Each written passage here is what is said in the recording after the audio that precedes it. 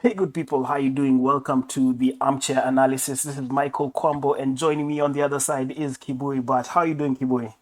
Doing fantastic, my guy. How are you? I'm good. We've just been discussing football. We've been discussing soccer and the Arsenal and how frustrating it is to be supporters of that team. And our good friend Walter Momani likes trolling us on Facebook. He sent me a WhatsApp earlier this morning, just making fun of me. So I had to interject and tell him, Walter, I support AFC Leopards, Arsenal, and and Kenya Sevens. Therefore, my shock absorbers are so strong that even Safari Rally teams come to me on tips on shock absorbing. At least you don't support the Wallabies like me. I'm the trifecta. Hey, wow, wow, wow. Hey, you've suffered, you've suffered. Yes, sir. We mentioned Kenya Sevens there. They've been on duty at the hmm opening legs of the World Rugby Seven series in Dubai and Cape Town.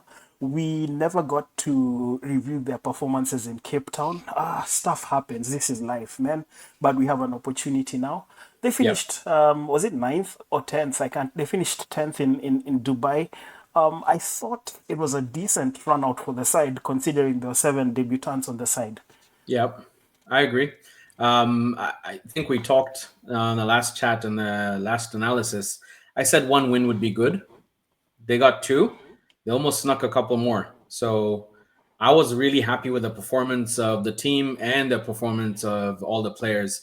They weren't awed by the occasion. And I think that's a great platform for what they're going to build for the season. Yeah, and you talked about the gas man, not Patrick Odongo, but Dennis Abukuse, had a hmm pretty decent shift in Dubai. It was captured by one of Arigi's photos where he's actually got his South African opponent to sit down. Speaking of that game against South Africa, Shujaa were able to pull off that last gasp win against their continental rivals. You guys, that game was sweet. It was a joy to watch. This is twice in 2 years. We're the African champions. They beat them last season, but that was an SA side that was in flux. This side they've put out this season has everything from the power up front to the speed out wide. But we have learned very quickly. Wambua has them so mature. They're controlling games now, and even in the ones we lose, it's tight. It's not like it's a blowout anymore. So, we were all screaming. A fantastic win to cap that tournament. Yeah, and then there's obviously that hilarious moment when Jojo Oro was trying to get the best of the referee. Pretty interesting. Pretty sneaky also from Jojo Oro. The refs are also professionals, and so they also have to maintain their decorum. So that's all for staying the line and staying true for him. Yeah. Now, in Dubai, we had predicted, or I had predicted, a South Africa Fiji final. It didn't happen. hmm Fiji got to the final, yes. They Yep. won the title. But guess what? The surprise finalist was Spain. Who saw that coming? I didn't even rank them in the top eight, man. So they're a side that would have crept up on most people, but like I said, if you watch the end of last season, they were playing very good rugby, and they've retained all those guys and added a couple of young guys. I didn't think they would make the semifinals or the finals, but I thought quarters were they were a good shout for the quarters. So I wasn't was I shocked? No. Surprised? Yes. But that's a good side, and they've done it. They've done it consistently the last couple of tournaments, and we'll discuss what happened in Cape Town as well. So Yeah, yeah. Speaking of Cape Town, it's just concluded probably a few hours ago. yep. South Africa winning on home soil, and can you imagine? This is the first time in 9 years that they're winning at home. A sweet win, and I've actually seen a couple hmm of tweets from Paul True, former Yeah. Kenya Sevens coach, former South Africa Sevens coach, and he gives And player. a bit, yeah, and play as well, and he's a bit emotional in his tweet when he says Yeah. that the team that's won it right now is coached by Phil Snyman, who was part of the team that played in the first tournament in South Africa in in in George in 2008, Yeah. and then was also part of the team that last won it in 2015, and now he's the coach. And the irony, I mean, you just see that whole transition there. I think the SA Sevens team has been a great place for people to start their Springbok careers as well. There are a couple of Springboks who started in sevens, namely Colby and Arndt right now. And it's great to see them bring their people through the pathway, starting out as, rookies and then veterans. And now the veteran is now the coach. And I'm sure that they have conversations. I'm sure that Snyman still talks to Paul True. They share their knowledge. And I think it's absolutely amazing. You could see the passion. You could hear the crowd, but you could see the passion on the players' faces when they won it, and the coach. It meant so much to them. This is their tournament. They had missed out for 9 seasons. So good on South Africa. That was a phenomenal win and a fantastic final. Absolutely, it was. And Shuja, they finished seventh. I think they did pretty well. In my opinion, they outperformed the expectations of many, Yeah. except themselves, because there's a lot of self belief on their end. Patrick Odongo burning his markers time and again, and I just love the way Patrick Odongo has made that seamless transition from grassroots rugby. Hmm. When I say grassroots, in this case, I mean like the second tier of the Kenyan club competitions, the National Sevens Circuit, and Yeah. then featuring in the Challenger Series. And he settles into the World Series like he's been there all along. He looks so comfortable on the field. I think that's also the benefit of having youth. The Yeah. young guys, when you come out and you're fearless and you're chesty, like you're not worried, you're not scared because you've done it at the local level. So for him, it's like I can still do this at the next level. And so that's kind of transcended through the whole side. And so speaking of the tournament, what did you think of the new format and how that affected the transition into the knockout stages? What did you think? Well, I think the new format is good, but I still have my beef with World Rugby in terms of consistency. Mhm. Why don't you just have a certain format throughout? Because when you come and say that we're now going to have this kind of format whereby it's only the pool winners who go into the semis because of Mhm. player welfare and everything, issue that statement at the start of the season, not after one tournament, because Yeah. that way it seems as though you're protecting the elite. It sounds as though you're trying to be woke. Yeah. So let's just have yeah, let's just have something that is consistent. It is good because it is Yeah. cutthroat, but let's decide that this is how we're gonna play. Because now I gather that when we get back to the next tournament, we will revert to the three pools of four teams, and Mhm. then the tournament after that one is what will see the tournaments now going back to that four pools of three teams each. So just some consistency. Yeah, I feel a little gypped, if I could say so, because we're used to getting 6 games on a weekend for the men, and now we're getting 4 games. Great for player welfare, but I also feel I don't know if I was a player and I'm used to playing 3 games on a Saturday and then potentially another three on a Sunday. I feel like I'm leaving, and I'm getting left out if I'm only playing two. Also, it's hard for the team that plays 2 games before one team plays the first game. So, like for us, Spain were fresh when we played them, and we already played a game. Ireland, who are having a tough tournament, a tough series, played 2 games before their opponent played the first game, and so it's anybody will tell you sevens just drains you, right? If anybody who has played sevens, It like does. playing a game after a few hours against a fresh side, that's a Yeah. huge disadvantage. Yeah. So are you going to be the lucky one who's the top seed who gets to play that game last? So you have a benefit anyway. I don't know. I'm not a fan of the I'm not a fan of this format, but I reckon it's probably they don't have the stadium for the 3 days, so they have to play it this way. So Yeah, but like I said, just consistency. Just tell us yeah, that you're working in this direction from yeah, minute 1 to minute 90, because the changes as well, especially for the fans who your first time fans, yeah. they're still getting to know the game, and you suddenly now start confusing them. Because, for example, if I was watching this with a layman and the Dubai format was this way, and then I bring him to watch the Cape Town game, and I'm Mm. like, so how do I start explaining it? Yeah, That's a great point, yeah, especially if we're going to grow the game beyond yeah, just the hardcore rugby fan.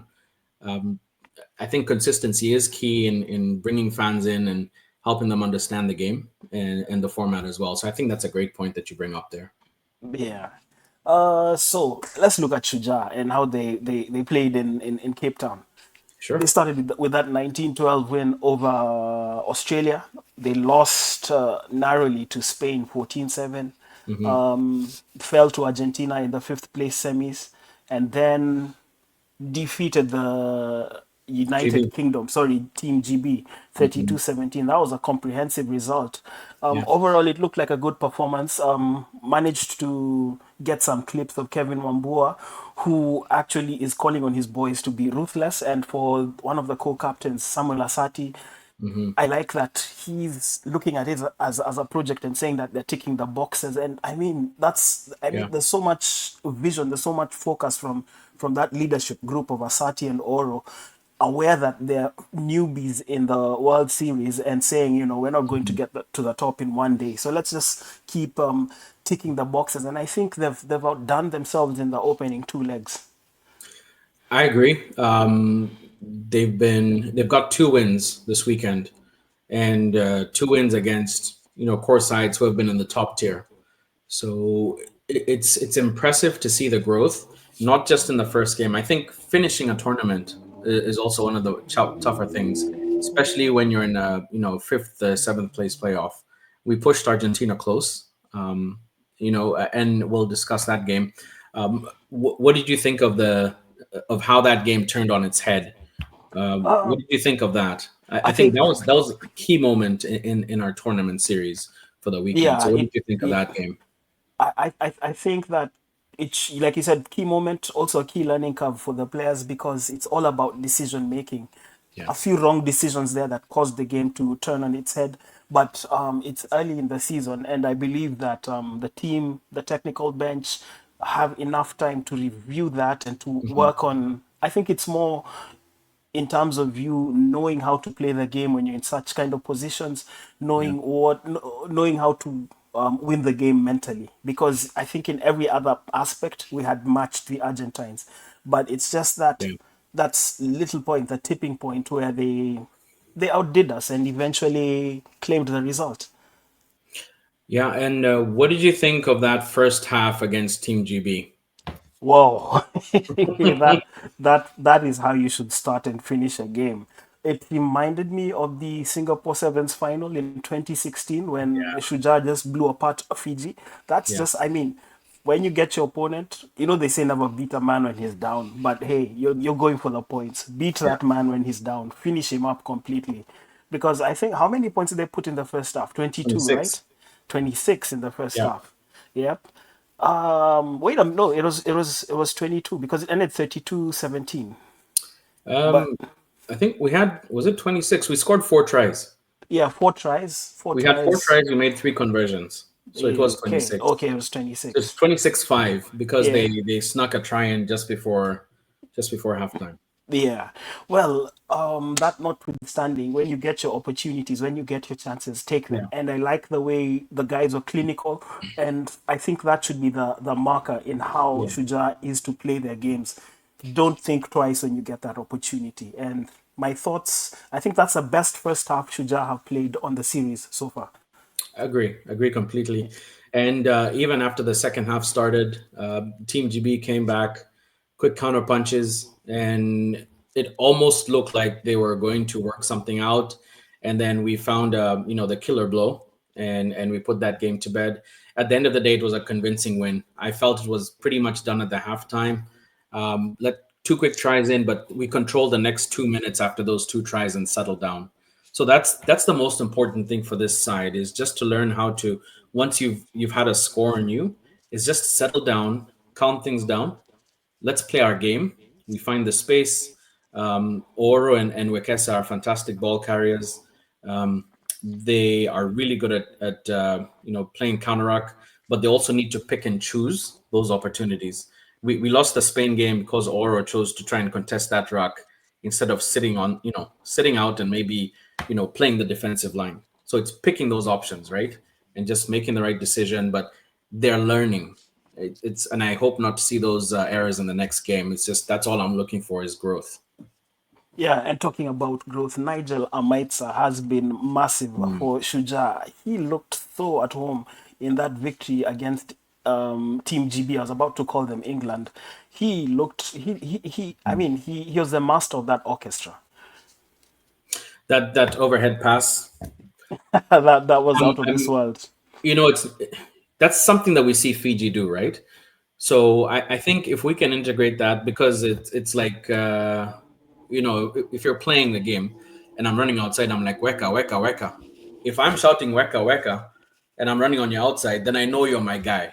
Yeah, It's not a British guy who's trying to play me, and I can just offload it and trust that you're gonna be there. So it's like weka chini, weka mbele, weka ndani, whatever, and so it's like that's the benefit of having that language, and we can use that to our benefit, and learn to trust that my guy is in a space. So when he calls for it, I give it out. So credit to Amaitsa, credit to Abukuse, he's a back, if I'm not wrong. Abukuse is a center or a winger in the 15s game, right? yeah, yeah, he is. And Bling has integrated him into the pack. Yeah, So you have another ball carrier and creator in your pack, which is fantastic. and So talking about that Shuja pack, it has mhm, loads of pace because if you look at Wekesa, Abukuse, and Oro, every mhm, time I look at Oro break, and I was watching this game with some mates, and I told them this he's the back row in 15s, and they're like, mhm. no, if we were with him, we'd have him playing on the wing because he's just so quick. He's fast. Yeah, And he's got that fend. yeah, he has the fence, and he knows which side of the pitch that he's playing in. So he just knows when to stretch his defender, when to Yeah. put the hammer down, and get over the whitewash. Yeah, and while we're talking about pace, how about that try from Okongo against Spain? Patrick Odongo Okongo. Yes. Yeah, that try left the Spaniards. I remember the Spanish coach was being teed up for an interview, and he was told, Okay, let me Chief, hold the phone. yeah, hold the phone.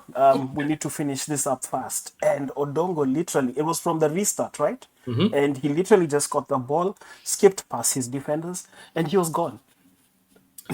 And the guy running him down, Lopez, is fast, Yeah.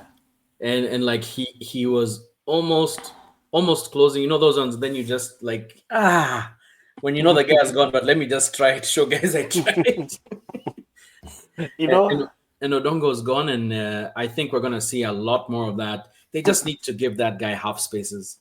I think Yeah. the three fastest guys I think on the tour this year are are our boy Odongo. Yeah. Um, I think he's faster than Conroy. And there's the guy who skinned Wekesa, Oh, Luke yeah. Mason. Yeah. So Luke Mason is one of the guys that I saw last week, and I said, "Guy, that boy is fast." Yeah. Yeah, and I know I'm missing someone. We were talking about him last week. There's also the Argentine. Remember the There's France Moneta. Argentine? Sorry, Yeah, yeah, yes, Meneta. we were talking about whether Moneta or Congo are faster. So I Yeah. think those are the four fastest guys. Maybe throw in Shilton van Veek from SA as well. That guy Yeah. is rapid. You've got loads of pace. You actually have a 4 by 100-meter relay team. A decent one for that matter. Yeah, Yeah. if you have good handoffs, handoffs are where those are won and lost, right? Yeah. I think that those guys could do the job. So, what did you think of just the quality of rugby week to week, and the fact that we don't have the same finalists, but there's consistency across the board? What's your opinion of the level of play in this series so far? Or the level of play is intense. The quality of rugby is on top. No hiding place, like we said from day one, Mm, because in one weekend Australia were knocking at the cup quarters. The next weekend they couldn't even make the top nine. In one weekend, Kenya, from finishing 10th, were suddenly in the top eight. And then two different finalists, two different winners, two different sets of finalists after yes. the opening rounds, two different sets of winners. Wow, it is open. It's everything I know that World Rugby wants. But now let's just go back to your formatting and everything. Let's just get that right, because in terms of the quality of play, you've got that, and I think it's awesome. Yeah, and hats off to France, who everybody was saying, Team DuPont. Um, there were some circles where people were borderline disparaging them, but they've got a good program. They have really good players. And I think this weekend they showed just how good they are and that they're not a one man show. They have a great core. What did you think of France's play through the weekend? Well, actually, not this weekend alone. Also, last weekend, I've looked at Yeah, France and they've been ominous. The reason I paid attention was just they won the Olympics. They've transitioned. Dare has since left the program. DuPont has returned to 15s, and everybody thinks that they'll struggle. But they have proven to maintain their standards, and I feel that it's just a matter of time before they're on the podium in the 2025 series. As to what I thought of them this past weekend, I still think they're potent. Yeah, capable of winning. And yeah, it's scary when you look at the talent that they've got. yeah. When you there's the fly half they have, is it Ali Dabo or something? He's 6'4". Yes. So He's there's got, there's Iragua. yeah, The Paris Edo plays scrum half. yeah, Then they have the guy, the tall black guy, Varian Pasquet. yeah, He's a very silky runner, very yeah, tall, silky runner. Riva is very combative, Zeda. And then there's this kid who played this weekend. I think his second tournament. He's called Pascal Gay. yeah. Those guys are special. So I think they will win a tournament. I think it's maybe just a matter of time. There's not as many left this season, but I think they're in a shot to win a tournament. Yeah, and when you look at France again, the ages are also scary because these are Yeah. players who are in their early 20s, 21, 22. And then when you think that they are transitioning into the French 15s program later on, Yeah. France are finally doing something right. We know that they're capable of pulling off upsets when they want to, but they Yeah. had taken the sevens game lightly for years. But I think that Olympic gold medal has really spurred them on. And like you said, won't be surprised to see them on the podium very soon. So now, if we switch our attention to the bottom side of the table, in about 6 months, there's going to be a huge playoff. So all the teams are going to be doing their best to try and stay out of that cutoff, that relegation zone. Who do you think are struggling the most so far this season? Oh, Great Britain. Great Britain have struggled so far. I don't want to say Kenya. Ireland. Yeah, Ireland have struggled. And then it's a fine line. I think right now the team struggling is GB and Ireland. Everybody else it's tight. yeah. The United States, Kenya, Spain, all of similar quality. There's nobody struggling. So I do feel that it's going to be a fight. And we will probably see the struggle after the next two rounds. The first two rounds for me are too early to call. Yeah, so end of January, they'll shift over to Perth. So gone is the Perth and New Zealand. In the previous format, you'd have like Australia and New Zealand. Now it's just going to be Perth on its own. And so I think it's important for Kenya to shoot for a quarterfinal in that tournament. As you accumulate points, the goal is to stay out of that danger zone. I think the two countries above us are, I think, GB and what's the other country? I'm trying to remember. Australia? It's GB and Australia. So we Yeah. need to keep them close to us. If there's a game in a pool against either of them, that's a game that we have to win, and just find a way to make a quarterfinals. Um, do you think that there's anybody else who can be like drafted into the side, or they're just gonna just keep rotating the pool because we haven't had any more injuries? We didn't have any other injuries this Oh, weekend. well, no more injuries. Tony Omondi is back, and you could Yeah. see he was such a calming presence for the team. I do Hmm. hope that Vincent Onyala also makes his way back. Part of the reason I know that he's also been out of action away from his contract dispute was Hmm. that he's been undergoing rehabilitation for injury.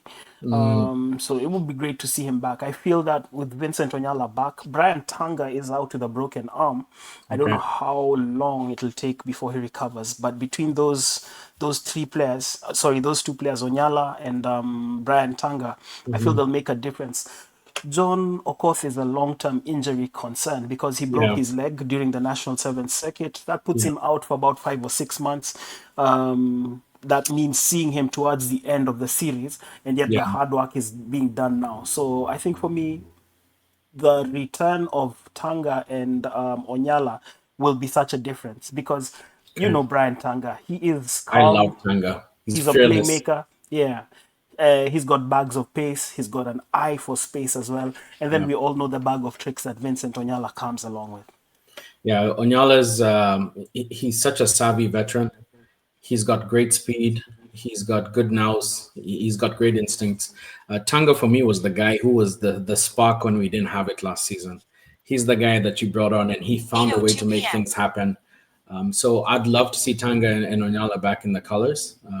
But as it is, everybody on the squad right now has put their hand up, and everybody is earning their spot. So I don't even think those guys just come right back in. They're going to have to earn their way if they want a chance to wear the colors again. So Oh that's great. yeah, oh yeah, they are. Yeah, well, that's it. So, what's your overview of the opening two legs of the series? Dude, fantastic performance. Yeah, I think this is the best that I think we could have hoped for. Caveat being, we could have made that semifinal. Um, yeah, that Spain game, we gave up a score right before halftime, and then when we had equalized, we were back in their half, and then we gave up possession right around their 22, and then they switched it around and they ended up scoring. So it's fine margins. I think this side has the confidence to go and push, and so my goal for the next tournament, I'm sorry, it's a quarterfinal. It's I agree with you that it's a quarterfinal, and back to what Kevin Wambua said in his post-tournament comments. He said that it was a long story, but he said we need to be ruthless, and they yeah, were ruthless against Great Britain, and that's the same kind of spirit you want to see them take into the tournament in Perth. yeah. We've been contesting kickoffs well. That's a good weapon. We've been receiving kickoffs well too. So back in the day, like kickoffs were one of our biggest Achilles heels. Like we couldn't retain possession to save our lives. So I think they just continue on the same trajectory, and I'm hopeful they can make a quarterfinal. And then once you get to a quarters, anything can happen, right? Yeah, yeah. Okay, one last question before we go. Sure. How would you defend Patrick Odongo if you're playing against him? Me, I'm on the outside. Let him come back in. If I'm Yeah, defending Odongo, I yeah, put my head down. The second the ball starts moving to him, I'm putting my head down and I'm making him come back in. yeah, If the guy swerves back in, I've done my job. yes, I've done my job. You're a guy coming inside me. I'm screaming pull as we're running because I'm going for the touchline. yeah. That's it. And then he'll I still get past me, but it's okay. Yeah, same thing. I think I'd try and push him out, try and use the touchline as my defender. Yeah. But if he beats me, I'll stay on the ground. I'm not stretching my hamstrings. I might have We to do can a flying always tackle. we'll have to recover. We can always recover those points. We can employ our FC Leopards tactics and go with a sliding tackle. I tell you, man. I tell you. Yes. All right. All right, man. Well, it's been a great armchair analysis. We Yes, will sir. catch up next time. Yep. As always, signing out. This is Michael Kwambo. And Kibui butt. All right, thank you. Cheers, guys.